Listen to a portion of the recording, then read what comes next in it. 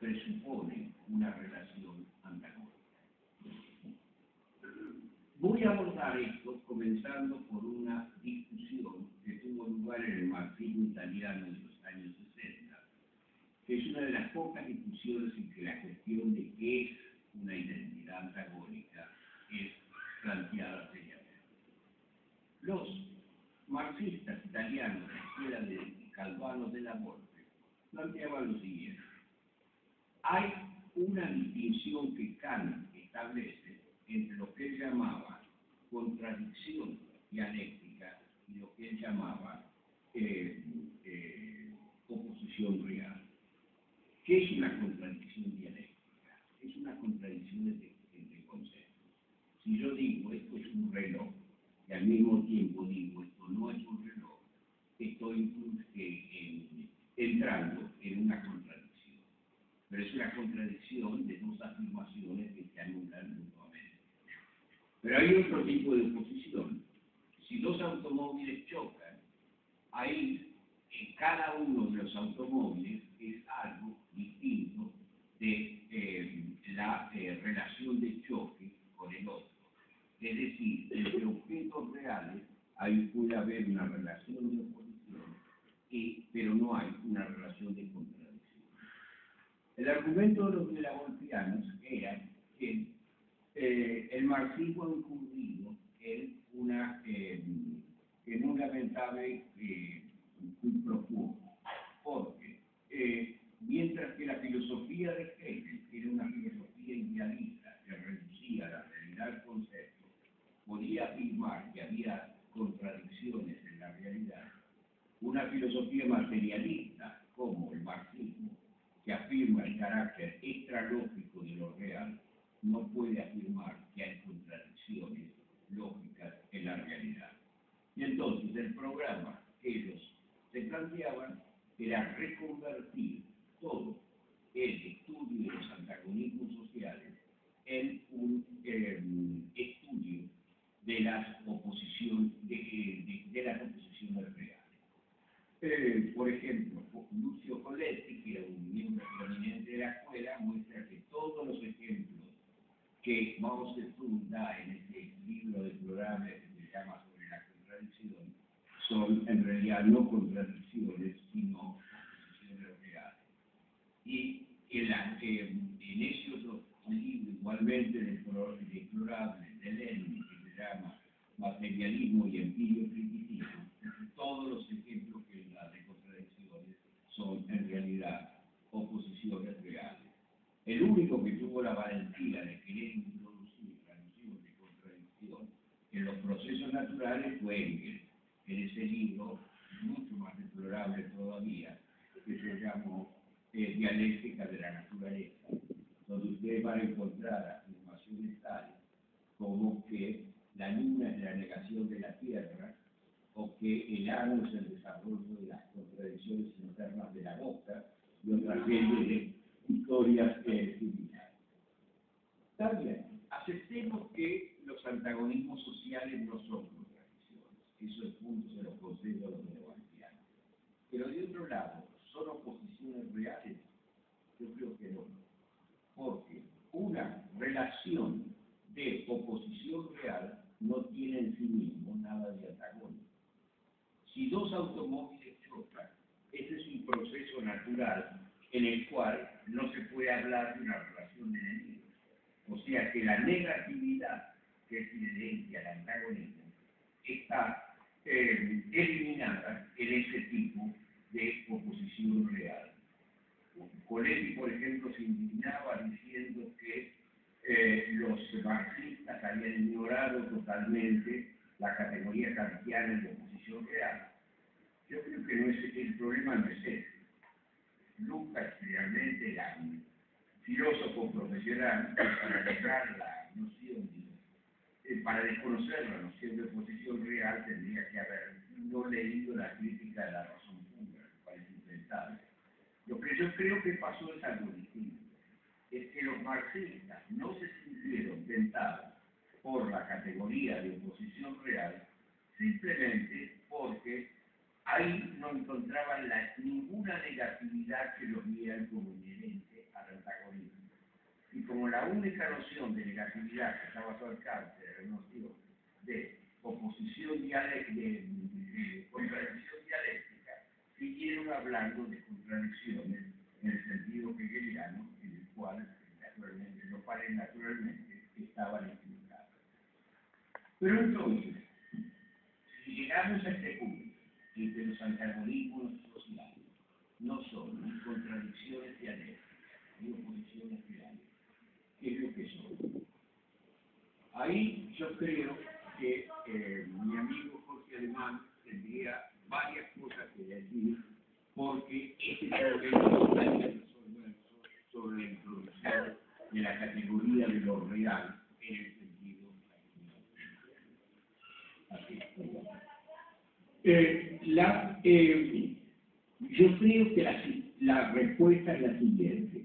Los antagonismos sociales no son relaciones objetivas, sino que son relaciones en las que se muestran los límites en la constitución de toda objetividad.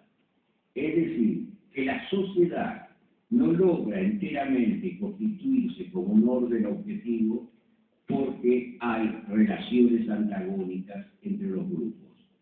Cada grupo limita la posibilidad de el ser pleno del otro grupo. Voy a la relación antagónica entre un grupo terrateniente y los campesinos que ese grupo trata de expulsar de la tierra. Lo que vemos es que la presencia del antagonismo impide desarrollar la plenitud de la identidad del grupo terrateniente y también la plenitud de la identidad del grupo campesino. Cada uno de los dos grupos opera respecto al otro, limitando la posibilidad de su constitución plena. Y ahí es donde entonces tenemos una relación antagónica. Y la posibilidad de esa relación antagónica, con esto entro en el tema central de esta discusión, es exactamente lo que llamamos política. Hay política siempre y cuando el antagonismo entre los grupos es el terreno a partir del cual las identidades son constituidas. Y este tipo de identidad antagónica significa que el orden objetivo de lo social no puede reducirse pura y simplemente a lo administrativo. En el siglo XIX, Saint-Simon trataba de postular un orden positivo del cual el momento antagónico y el momento político estuvieran totalmente fluidos. Es decir, hay que pasar del gobierno de los hombres a la administración de las cosas. Y ustedes ven que toda la tradición positivista, por ejemplo en América Latina, ha insistido en esta perspectiva tecnocrática que elimina el momento político del cambio. El lema del general Roca, cuando quería dejar atrás la etapa de las guerras civiles en la Argentina, era paz y administración. Y todavía en la bandera brasileña ustedes encuentran la divisa de la iglesia positivista del Brasil, que era orden y progreso, que en realidad la originaria era orden y progreso.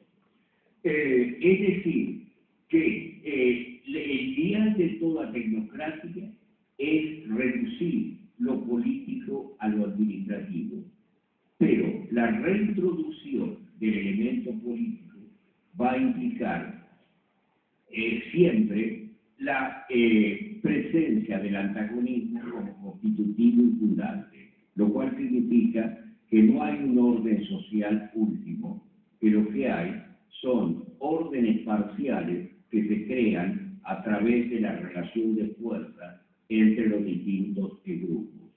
En nuestro lenguaje nosotros diríamos que el único orden social que puede crearse en una comunidad es un orden hegemónico, es decir, un orden relaciones de poder pasan a ser constitutivas y fundantes.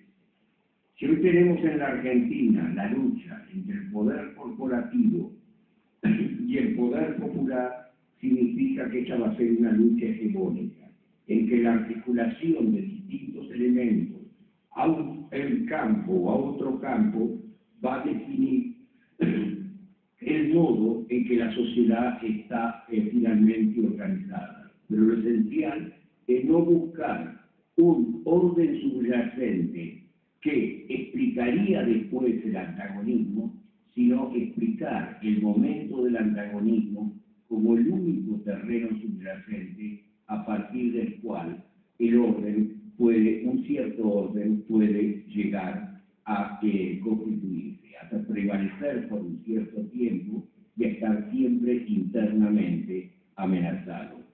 Hay aquí varias dimensiones que podrían desarrollarse. La teoría gramsciana de la hegemonía es un intento de dar expresión política a este problema. El psicoanálisis, toda la teoría del objeto petía en Lacan, conduce exactamente en la misma dirección. Lo real en el sentido lacaniano es aquello que impide la estructuración plena de un orden simbólico. Lo simbólico nunca es un orden autoconstituido. Lo simbólico está internamente siempre amenazado por un real que desestabiliza sus categorías.